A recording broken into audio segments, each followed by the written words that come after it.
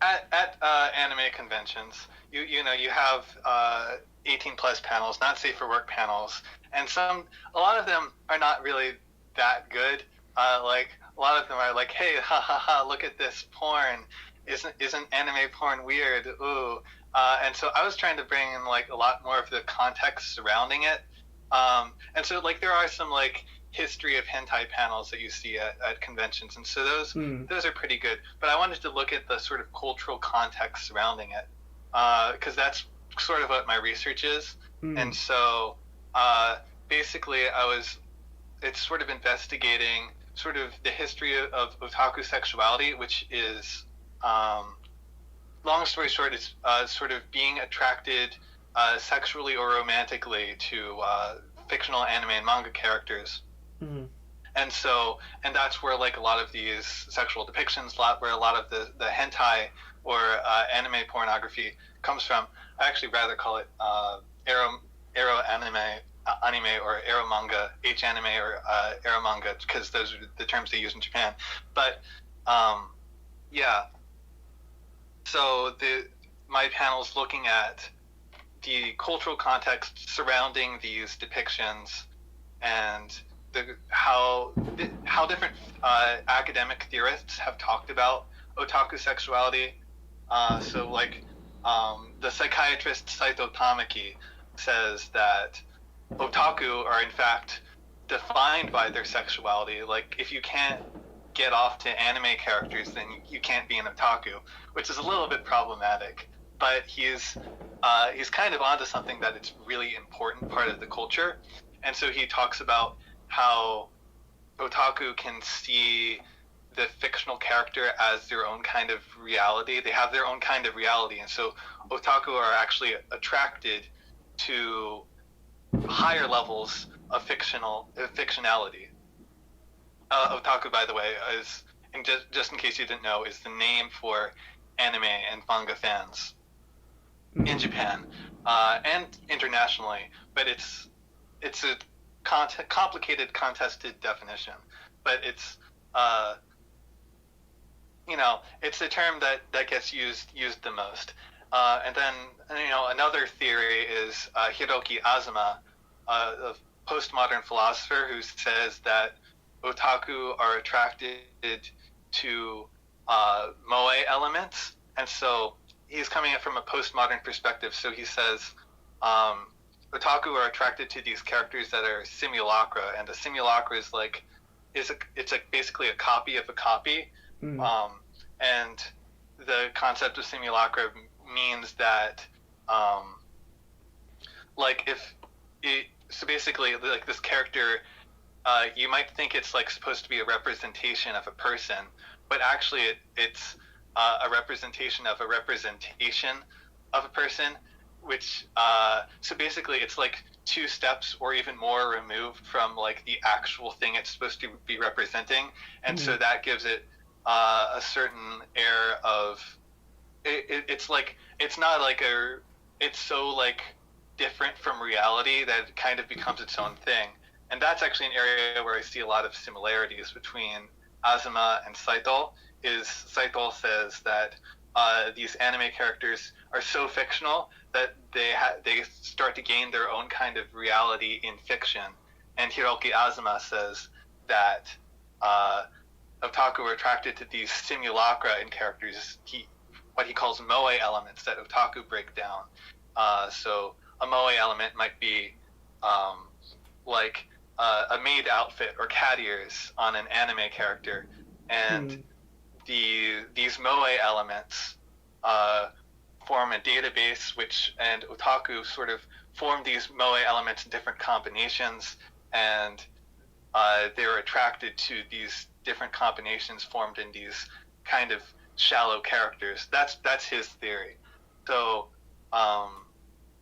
basically, there's a lot of different theories around otaku sexuality, and uh, there's a lot of really interesting debate and discourse around it, and so that's really what I'm interested in. I'm interested in unlocking the secrets of otaku sexuality and what we call moe, which is a similar term meaning a sort of a response to a fictional character.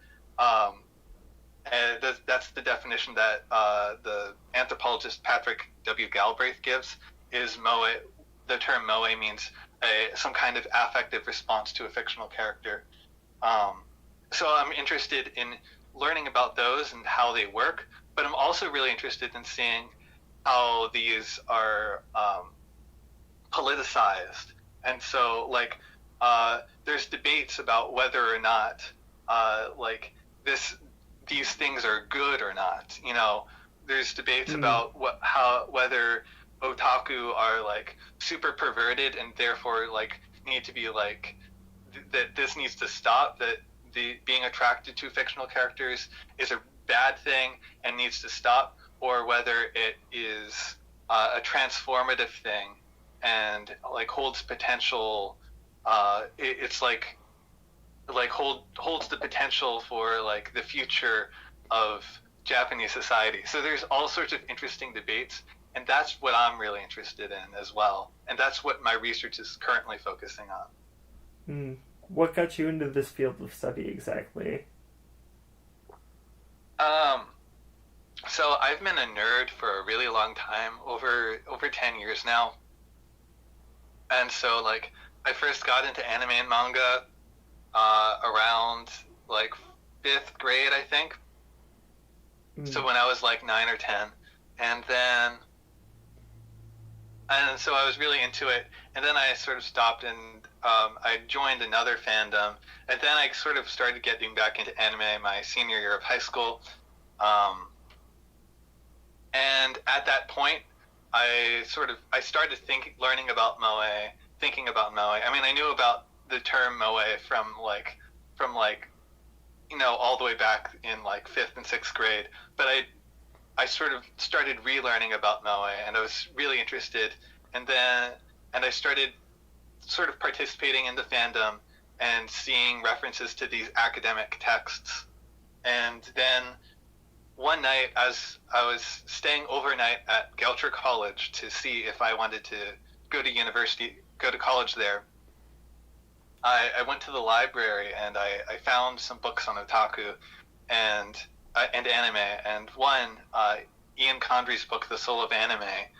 He writes about this guy called Honda Toru, who not only believes that relationships with fictional characters like are a good thing, and like he himself is like super into into like otaku sexuality and moe, but he believes it's the future of humanity, or at least that's what he said in the sources that Condry was citing. He says some other things a little bit later that are a little bit more nuanced, but basically he's like,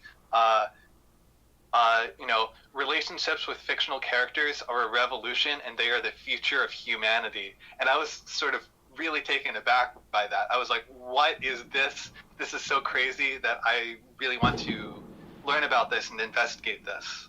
And so that's sort of where it started, and it sort of blossomed from there. I started checking out more and more books from the library. I started reading more and more, and before I knew it, like this was like kind of my obsession, was trying to, at first it was unlocking the secrets of moe, and that, while that's still, I still want to do that, now it's like really looking at, like I said, how moe and otaku sexuality are politicized, especially as they cross international borders. And how would and you? Actually now it's even more specific, because I recently realized, conventions have a lot of these tensions of otaku sexuality going on in them. So, for example, the convention Otakon, you know, they're trying to make it like a family-friendly space. So they're trying to open up to all ages.